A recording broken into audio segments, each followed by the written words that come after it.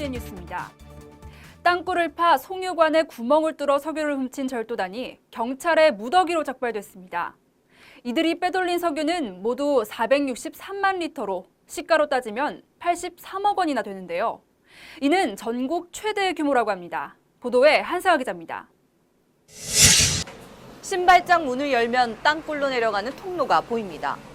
땅굴 속에는 석유를 몰래 빼내는 호수들이 길게 이어져 있습니다.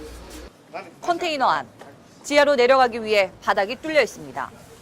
송유관에는 석유 절도를 위한 특수 밸브가 설치되어 있습니다. 이들이 이렇게 빼낸 석유는 모두 463만 리터, 83억 원 상당, 국내 최대 규모입니다. 경기지방경찰청 광역수사대는 땅굴을 파 송유관에 구멍을 뚫어 석유를 훔친 혐의로 박모 씨와 김모 씨 등 16명을 구속하고 13명을 불구속 입건했습니다. 이번 사건은 기존의 어떤 송유관 절도범들과 달리 전국 총 9개의 장소에서 마치 기업 형태로 지부와 본사의 개념으로 이렇게 기업형 절도단을 구성해서 대규모의 유류를 절취한 그런 사건입니다. 29명을 검거해서 그중 16명을 구속 송치했습니다.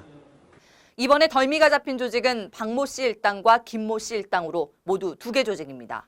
박 씨 일당은 주유소 당직실에서 땅굴을 파 송유관의 특수 밸브를 연결해 주유소 저장 탱크로 석유를 빼내는 수법으로 13개월에 걸쳐 경기 용인과 평택, 전남 순천 등에서 범행을 저질렀습니다. 송유관 푯말 있는 쪽으로 해서 주유소 임대하려고 약 한 달 정도 찾아다니다가 용인 주유소를 임대를 하게 되었습니다. 삽과 그리고 꽃갱이 그리고 한마디를 이용해서 물러지지 않게 금담으로 지주를 패고 그렇게 하고 이제 터널을 파고 들어갔습니다. 이들은 유사 석유를 제조해 판매하던 자들로 석유를 훔쳐 파는 것이 수익이 더 낫다고 생각해 전국에서 기술자들을 모집한 것으로 밝혀졌습니다. 또 단속에 대비해 공범들 간 서로가 모르도록 철저한 분업 형태로 조직을 운영하며 특수 연결관을 사용해 유증기를 최소화시켜 사고에 대비하는 치밀함도 보였습니다. 특히 이들은 주유소에서 수개월 동안 근무하던 아르바이트생도 범행 사실을 눈치채지 못할 정도로 완벽하게 위장해 수사에 어려움을 겪었다고 경찰은 밝혔습니다. 송유관을 뚫을 때 폭파 위험을 좀 줄이고자 기존 방식과는 다른 범행 수법을 사용했던 게 확인됐습니다. 분업을 이루어서 상호 간에 공범끼리도 대면을 시키지 않는 그런 방식의 범행을 했습니다. 또 다른 조직 김 씨 일당은 송유관이 매설된 근처 부지에 컨테이너를 설치해 바닥에 구멍을 뚫는 방식으로 작년 11월부터 올해 4월까지 석유를 빼돌린 것으로 조사됐습니다. 이들은 통상적인 주유소 임차 방식과는 다르게 송유관 근처에 컨테이너를 설치한 후 그 안에서 터널을 파는 방식의 신종 수법을 썼습니다. 또한 의심을 피하기 위해 훔친 기름을 운반하는 차량도 탱크로리 차량이 아닌 덤프 트럭을 개조해 사용하는 치밀함도 보였습니다. 이들은 한 번에 많은 기름을 빼내면 대한송유관공사 유압관리 시스템에 적발될 수 있다는 사실을 알고 적은 양을 수시로 훔쳐온 것으로 경찰 조사 결과 밝혀졌습니다.